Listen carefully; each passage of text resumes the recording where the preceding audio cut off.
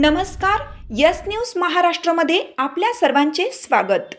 प्रहारचे संस्थापक आणि गेल्या अनेक वर्षाचे माझे चळवळीतले मित्र बच्चू कडू हे उपोषणाला बसले आहेत। आज 6वा दिवस आहे, परंतु सरकारनं ज्या गांभीर्यानं या प्रश्नाकडे बघायला पाहिजे ते बघत नाही। काय मागणी आहे बच्चू कडूंची? त्यांची मागणी एवढीच आहे की शेतकऱ्याचा 7/12 कोरा करा।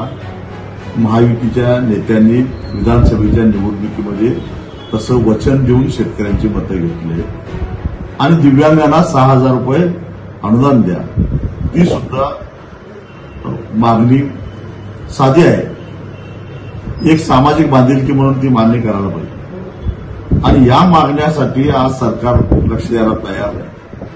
आज सकाळी बच्चू कडूंची रक्ताची ओटी जाते। अजून किती परीक्षा बघणार आहात? काल मुख्यमंत्र्यांची पत्रकार परिषद मी बघितली आणि ज्या कुत्सितपणानं त्यांनी चंद्रशेखर बावनकुळे या प्रश्नाकडे बघतील असं म्हटलं, ती बाब अत्यंत संतापजनक आहे। सरकार अशा पद्धतीनं शेतकऱ्यांच्या प्रश्नावर उपोषणकर्त्याकडे बघणार असेल आणि शेतकऱ्यांना गृहीत धरणार असेल, दिव्यांगांना गृहीत धरणार असेल, तर त्याची प्रतिक्रिया समाजातून उमटणं गरजेचं आहे।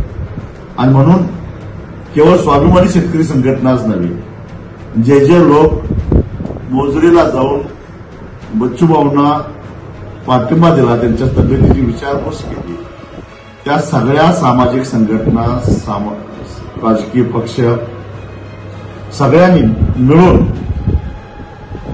ही मागणी केवळ बच्चू कडूंची नाही तर शेतकऱ्यांची आहे, दिव्यांगांची आहे। म्हणून याला समर्थन आहे, समाजातलं मोठं समर्थन आहे। सरकारनं या उपोषणाकडे जर बेदखल केलं तर सरकारला त्याची किंमत चुकती करावी लागेल, हा इशारा देण्यासाठी म्हणून रविवारी 15 जूनला सकाळी 10:30 वाजता महाराष्ट्रात सर्वत्र चक्काजामचं आवाहन आम्ही केलेलं आहे।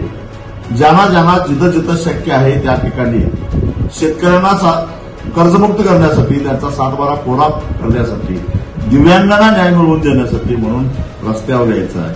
आपल्यासाठी एक माणूस जीव पणाला लावून रक्ताच्या उलट्या झाल्या तरी सुद्धा लढतोय, त्याची परतफेड म्हणून तुम्ही एक दिवस खर्च करून रस्त्यावर या, एवढी सगळ्यांना माझी कळकळीची हाक तुमची, साथ आमची। यस न्यूज महाराष्ट्र चॅनलला लाईक करा व सबस्क्राईब करायला विसरू नका।